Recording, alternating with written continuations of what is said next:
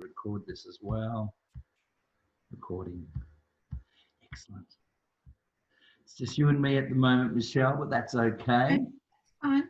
I think we're about live online. Takes a minute to come on through, but it's hard to work out when that is happening or not. Go back in. It'll do what it's meant to be doing. It says it's live.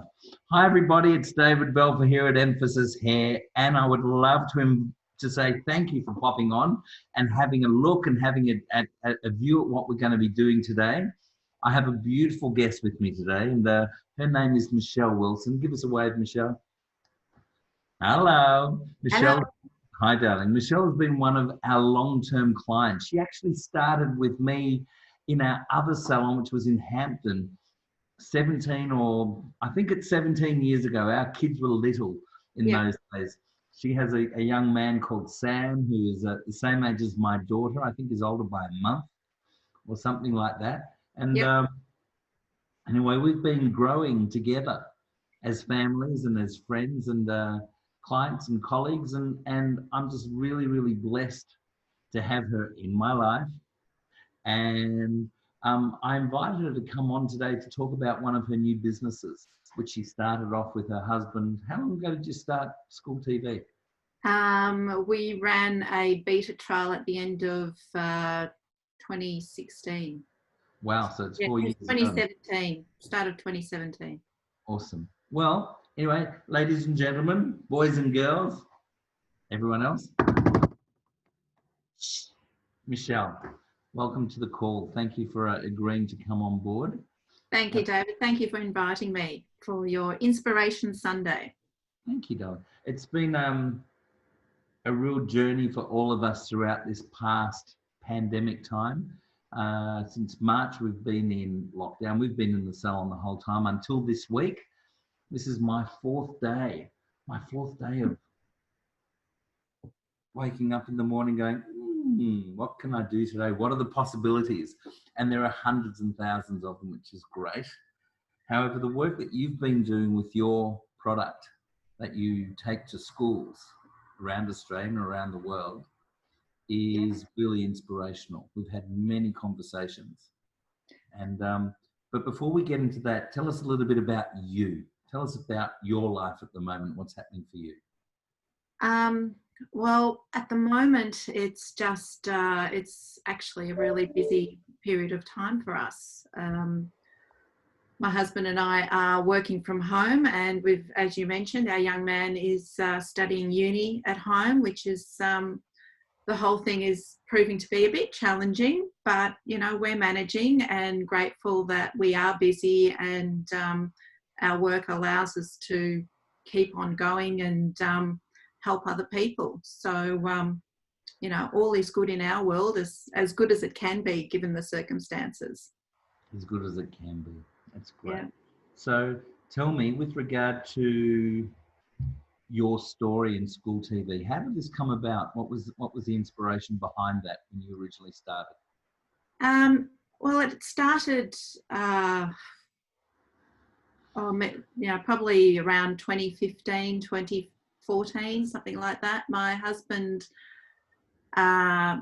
through his work, so my husband is in a business with a business partner, and they've got a digital agency, and they were building websites and apps and things for the corporate sector, but also for the education sector.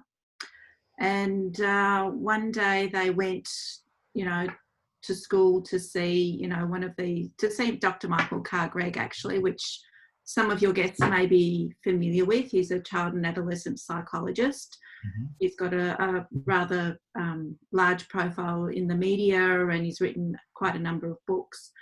And he goes around and does presentations at schools on the well-being of today's youth.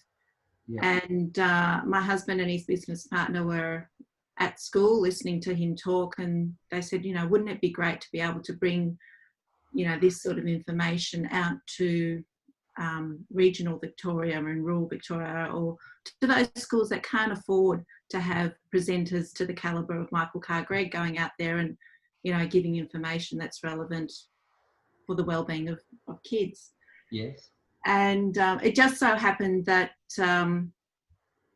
their paths crossed a few months later.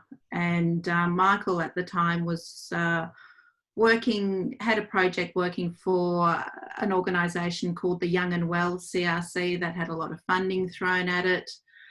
And it was to do with youth wellbeing research and all of that. And that research came to an end and the funding ran out. And they had all this wonderful data on the wellbeing of kids.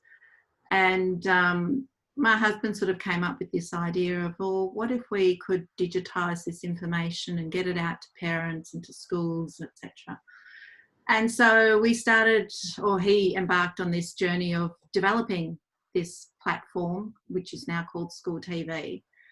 And there was lots of research and, we got lots of principals and people that work in wellbeing involved to give their input and help us put together this wonderful platform. Fantastic. So at the time, I wasn't actually involved in School TV. So my involvement came along a little bit later on. But thank goodness it did. Thank goodness it did. Well, there's always a business brain behind the artistic brain. I'm not sure which one you are, because you're a very, I'm a bit of a jack of all trades. That's right. You're the mum, the wife, the nurturer, the artist, the organizer. I can list off 1,000 things that you're doing at home. It seems to be a mum thing. A lot of mums do that.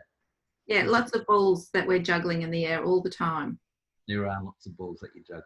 So with regard to that, who's your client then? Is it actually you mentioned the principals and the educators. Is it them, or is it the end user, like the students or the student parents? What is it that you actually send out? So it's a digital wellbeing platform that is for schools. It's accessible through schools, I should say. So a school would subscribe to our product, and then it is branded with the school crest or logo. So it looks like it's a platform that the school has developed themselves. And then it's up to the school to disseminate that information to their parent community, to their students, to their staff, however they see fit.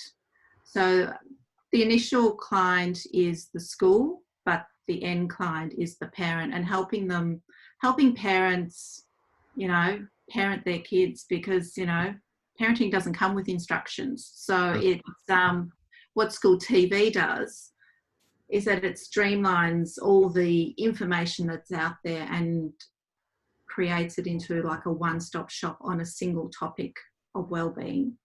So, there's a myriad of information out there already, but as a parent, if I was looking at anxiety, for example, if I had an anxious child and you Google anxiety, there's so much information out there and it can be really confusing. So the idea behind School TV is that it streamlines that information into a single channel of relevant and strategic information for parents.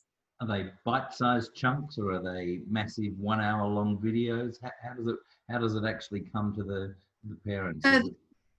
So the difference with School TV compared to other wellbeing platforms that are out there is that we interview a myriad of specialists on a particular topic. So Michael will sit down and actually have a chat and an interview with them. And instead of parents having to sit there and watch 30 minutes, 40 minutes of that whole interview, we actually break that down into bite-sized pieces of information. Mm-hmm. So a parent who's time poor can just go directly to the question that is of interest to them and watch the 2 or 3 minutes of video content on that subject, and then maybe watch a few other things. So that's one part of a topic. But what we also do is we link, because there's so many great organisations out there like Beyond Blue, Kids Helpline, Raising Children Network, etc. They've got fantastic resources, but it's all disseminated and it's all over the the internet. So what we do is we bring those resources in on that particular topic. So parents have just got a one-stop shop. They can look at the video, they can then go to the resources and look at, well, what are the resources linked to, let's say, anxiety? And there they will find books, apps, other websites, other videos like fantastic TED Talks, and anything else that is relevant to that topic, articles and fact sheets as well. So schools can use it in a number of ways. They can just send it out to their parents. We have some schools that actually have incorporated the content into their curriculum. Right. So some of the topics may be relevant for students, whether they're primary or secondary. So they can use it in that way. We've got teachers that are, or schools that are using it for teacher PD days. So, you know, everybody understands all the issues relating around certain wellbeing topics. What's PD for those that don't know what PD is? Professional development. Great, thank you. Yeah. So there is a rule or a law that for teachers nowadays, and most professionals are aware that they need to have an incorporation of professional development. Yeah. I call it personal development because it's when we're actually learning ourselves. Yeah. And it's a wonderful thing that it's able to be considered part of that. Yeah, absolutely.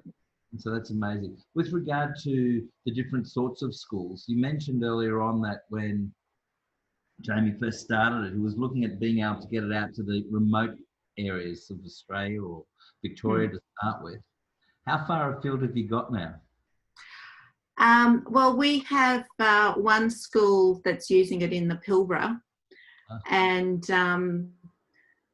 they actually, because a lot of their community don't have access to the internet, so what they have done is that the local publican has actually bought the subscription on behalf of the school, and every, I don't know, whenever, weekend or whatever, once a month, they have a school TV night. And so instead of playing the sport on their big sky, you know, on their television sets, they will sit down and, you know, show a couple of videos on school TV about whatever the topic is that day, and then have a roundtable discussion with the parents, and, you know, they get a discount on their meal or something like that. So, you know, that's really heartwarming when you hear, you know, the different ways that schools are implementing our product. Wonderful.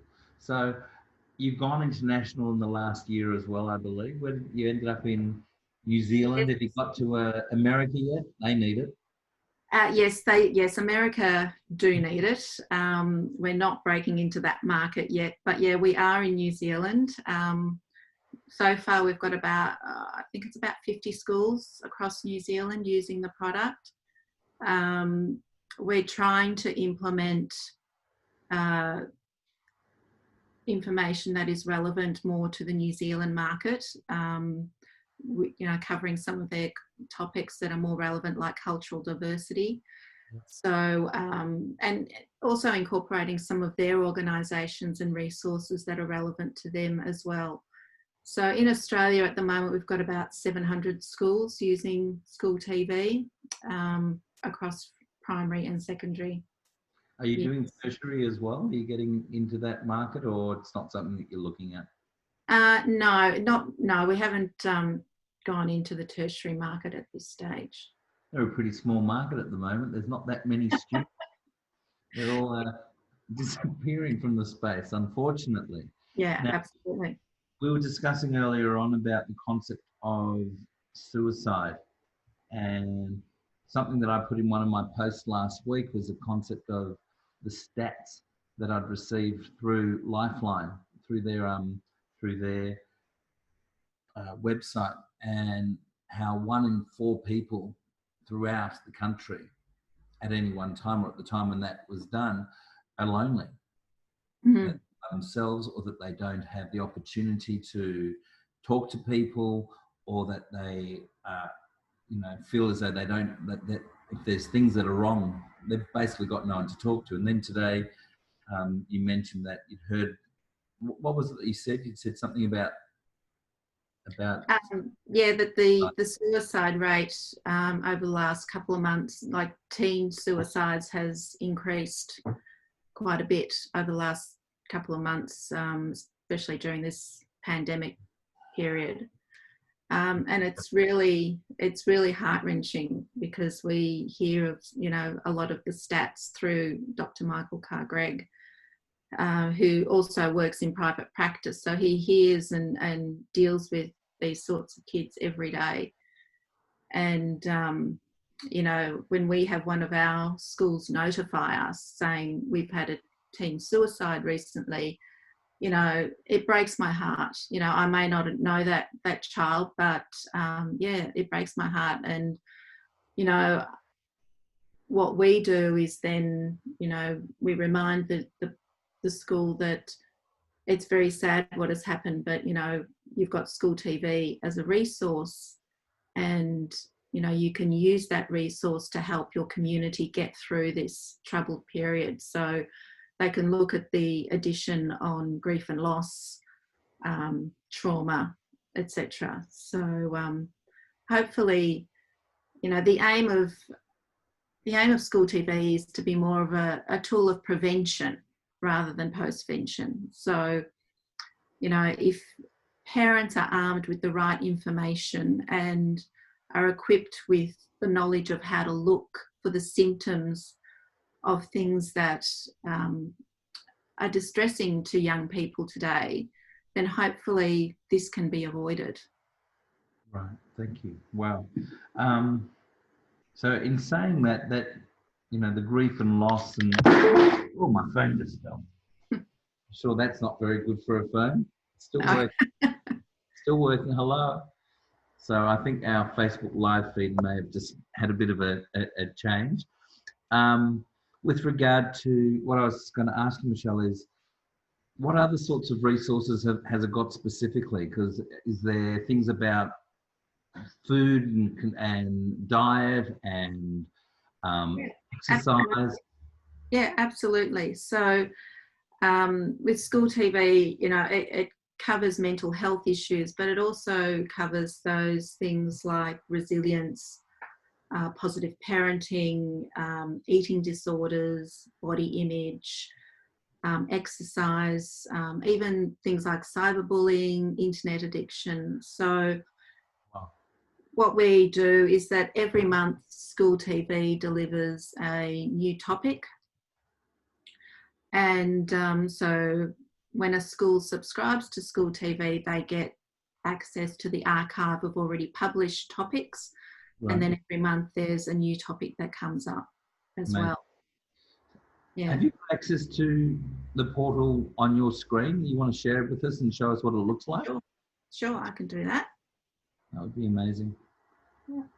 So with regard to the clients and does each person get their own login situation, or how does it work? So school is the main body and it's their product. Yeah, so the school usually, it's usually the school counsellor or pastoral care team or principal, deputy principal, whoever is in charge of looking after the wellbeing of the students is usually like the main administrator. So if they're, depending on which package a school subscribes to, a school can actually access data on who is accessing the platform. Right. So that is useful for schools in that if, for instance, they can see there's a high readership on a topic like resilience, then the school can then create further content that might be supporting to that interest in that topic. So I'll just, as you can see here, this is the platform for a school in South Australia called Glenunga International. No, it's not up on our screen yet, so let's see. Oh. I'll let you share again. Hang on. Let me go back. Can you see that? No. There we go. Here it comes. Sharing. Okay. Wonderful. All right. So for this one here, this is Glenunga International School. They're in South Australia. They're one of our highest users of school TV. And as you can see here, there's a gamut of different topics from, this is our most recent one we published last week about school refusal, which is a big topic at the moment. So that's about kids who are refusing to go to school or attend school or take part in school for various reasons. Sometimes it's due to anxiety-related issues. It's not a mental illness, but more of a behavioural issue. So it affects about 4% of students. However, it's a very misunderstood topic. So it's more about educating parents about the signs to look for, but also to understand, you know, how it's affecting them with their peers, etc. So as we go through, you know, you can see there's positive parenting, we've got trauma, mindfulness, body image, down to school transition. So when kids transition either from primary to secondary, or they're coming in from a new school, etc. This will be popular because a lot of schools will republish this at this time of year, how to deal with exam jitters, you know, down to drug and alcohol use, anxiety, etc. So I'll just go. Resources, it's just phenomenal. It's amazing. Yeah, so there are two ways that we actually deal with topics. So these are specific topics that have resources, etc., linked to them. So I'll show you this first. So if we go through to school refusal. So usually, yeah, so that's Dr. Michael Cargregg here, and he usually does a little introductory video about the topic, talking about that. Then here, in this area here, is where we integrate the school counsellors or pastoral care team for that school, so that as a parent, if I'm sitting there and I'm reading it and I'm going, oh, geez, I've got an issue with my child, who do I talk to? Then they can send an email directly to the school and say, I've got some concerns around this with my child. And, you know, it also gives the counsellors a face, because many a time the counsellors are working madly in the background and the parents don't know who the school counsellors are at their school. Right. Then as we go down, these are the specialists that have been interviewed on this particular topic. Mm-hmm. There's a quiz. So this is like a digital quiz. So parents can actually test their knowledge about how much they know about this topic. So Michael asks about 10 questions and there's multiple choice answers. They get an answer at the end, a score at the end. And then this is where the interviews that have been conducted with these specialists here are broken down into these bite-sized pieces. So I'll just show you a snippet of one. Yep. Can I start by asking you, what is a definition of school refusal or school avoidance?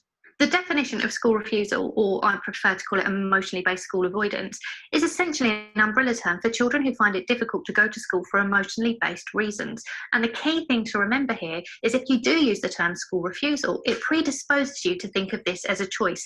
And actually, this is not a choice. It's a far from rational position. It's their child's emotional brain telling them that school isn't safe, and it's a safety mechanism. So it's an emotionally based school avoidance, or avoidance of something that the child thinks is threatening. And that's a really nice way to conceptualize it. Well, school refusal is defined as when a young person experiences severe emotional distress. Yeah, so you get the idea. So each of these tiles here has the answers to these questions here. Amazing. And at the bottom work here, from your end. Yeah, there is. So here we've got articles, so linked articles on this topic, and there's some fact sheets down here. Yeah. And then, as I mentioned earlier, over here are the resources.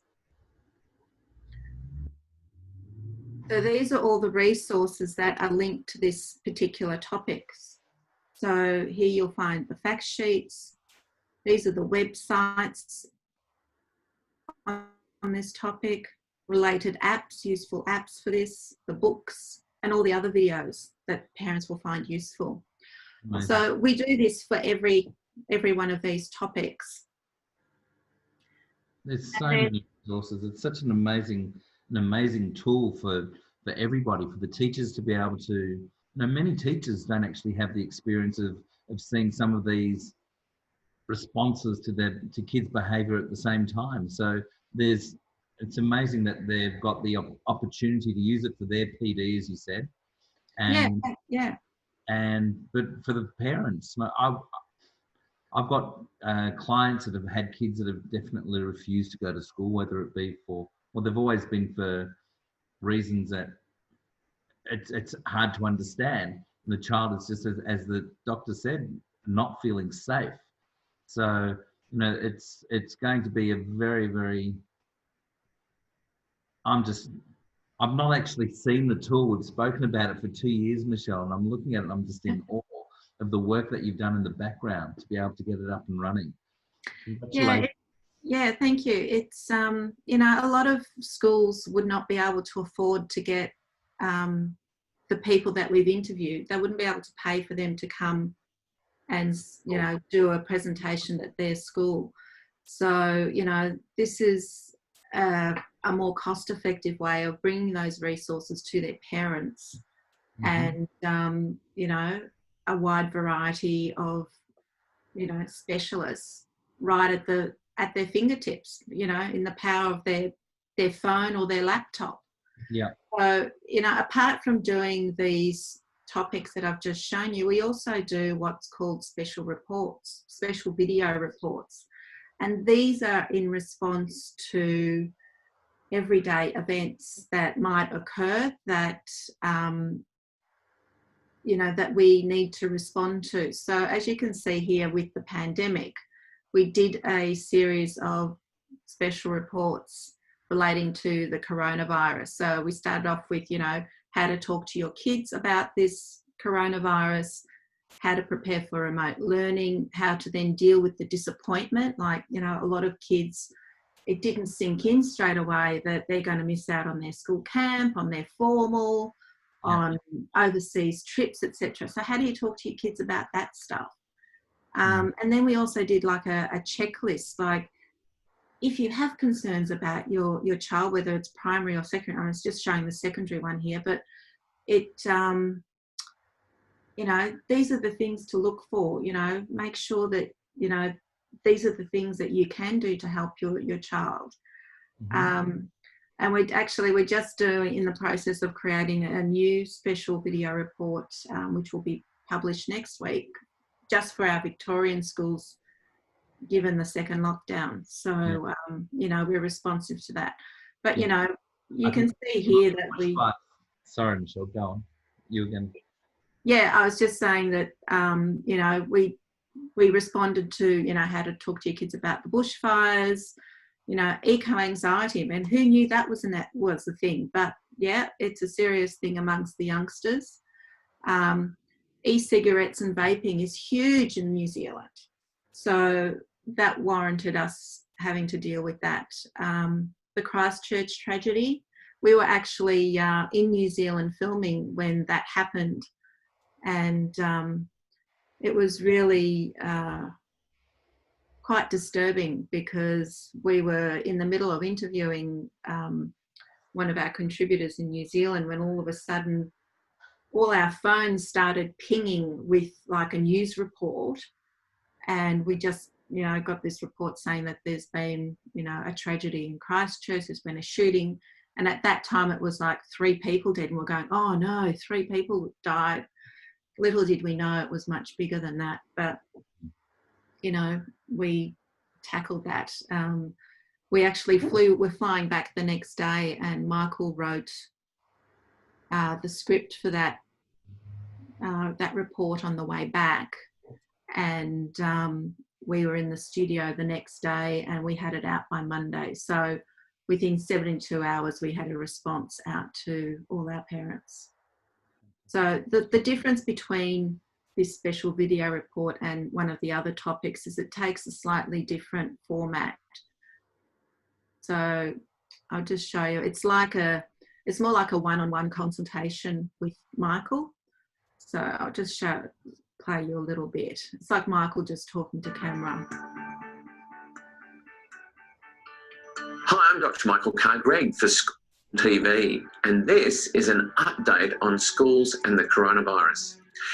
The impact of COVID-19 has meant that teachers, parents and students have experienced a large number of significant changes in a short period of time. As I speak, subscribers to School TV are all undergoing varying levels of interactions with other students and teachers, depending on which state or territory you live in, or whether you're across the Tasman in New Zealand. So we find ourselves in a situation where one size does not fit all. Anyway, you get the idea. So yeah. So Michelle, we've got lots of parents that will be watching this, whether it be on the recording or whether it be live with us on Facebook. We've got a few people on there now. G'day.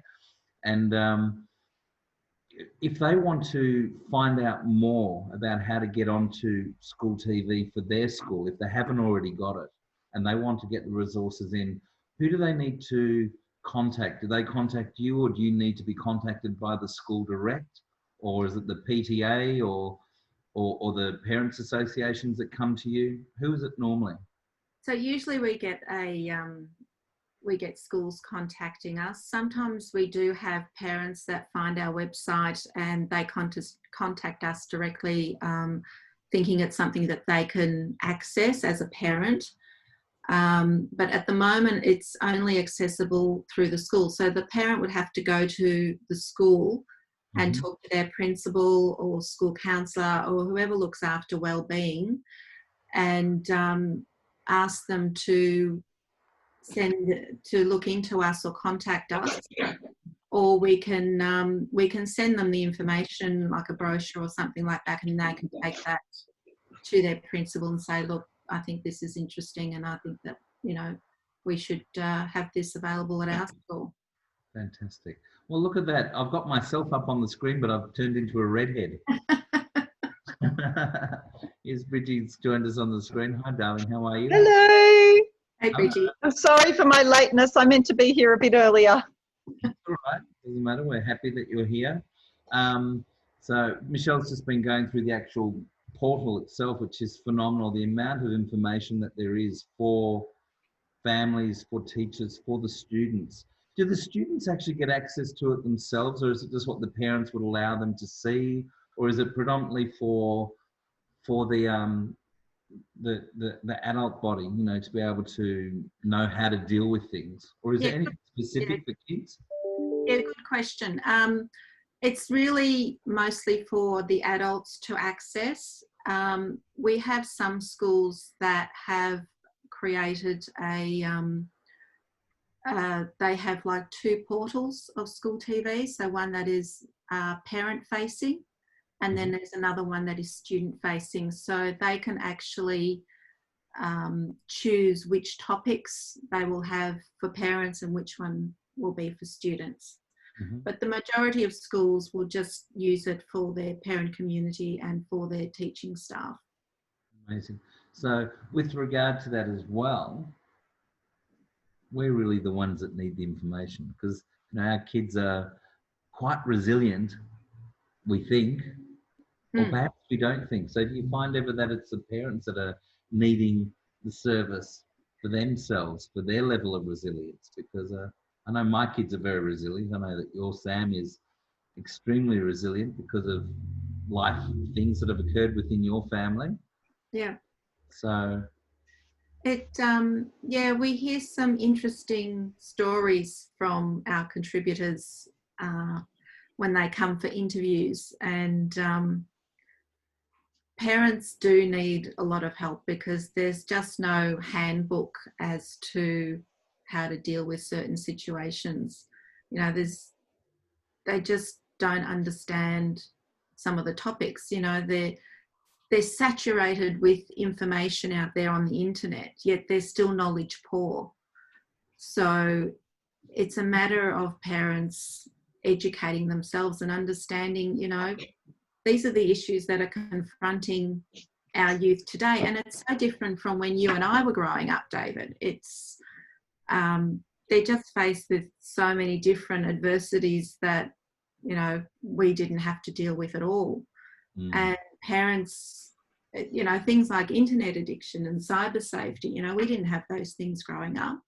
So how do you keep your...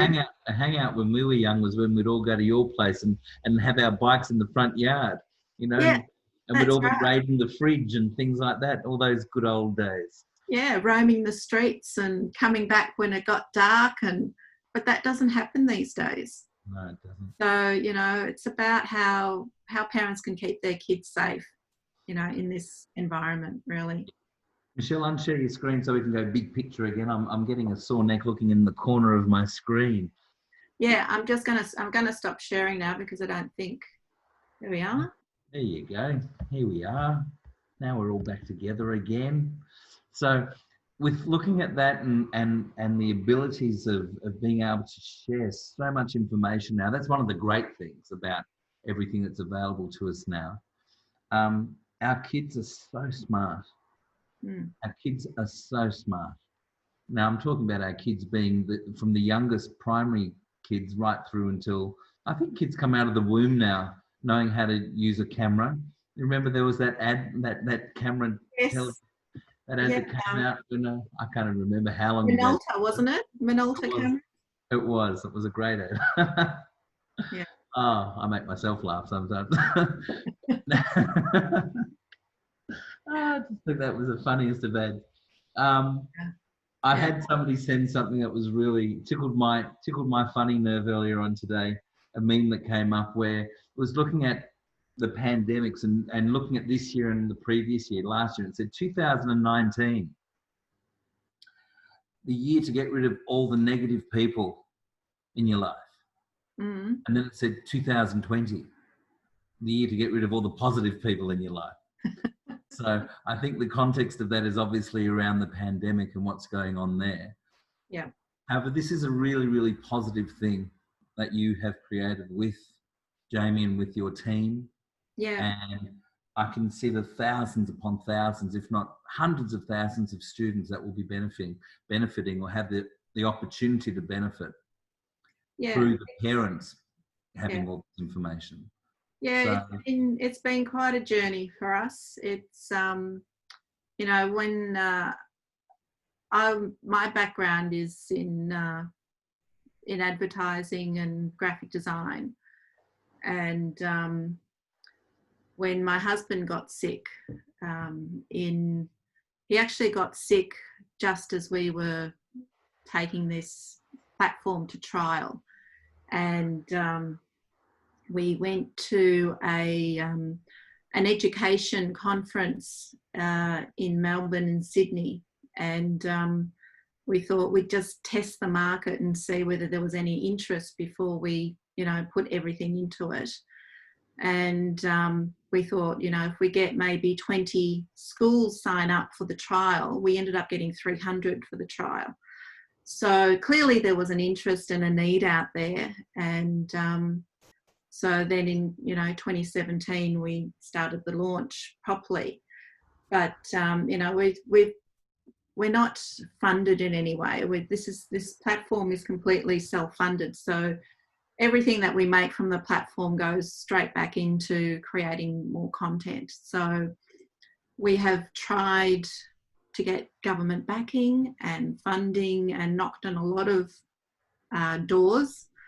And everybody says it's a great platform and we love it. And however, it's not a priority for them at the moment, even now in the current environment. So, you know, and we've talked to, you know, ministers here in Australia and in New Zealand who have said the same thing. So it's not on top of their agenda, unfortunately. But well, you know what? Magic happens every day in this salon. You know that. And I know that from having this energy going out and us putting it out there, something is going to occur.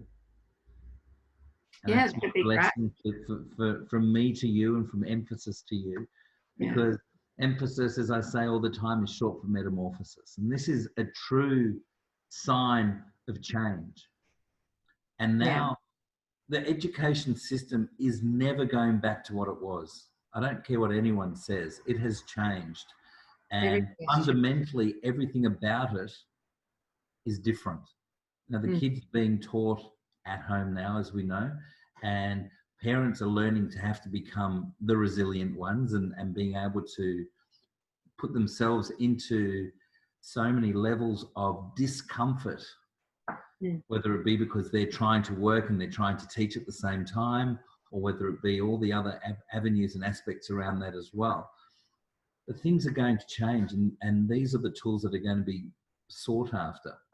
And having leaders within the community that are willing to stand up and put their banner up saying, hey, this is different. This is actually something that I think you need. I'm going to help push that for you too, Michelle.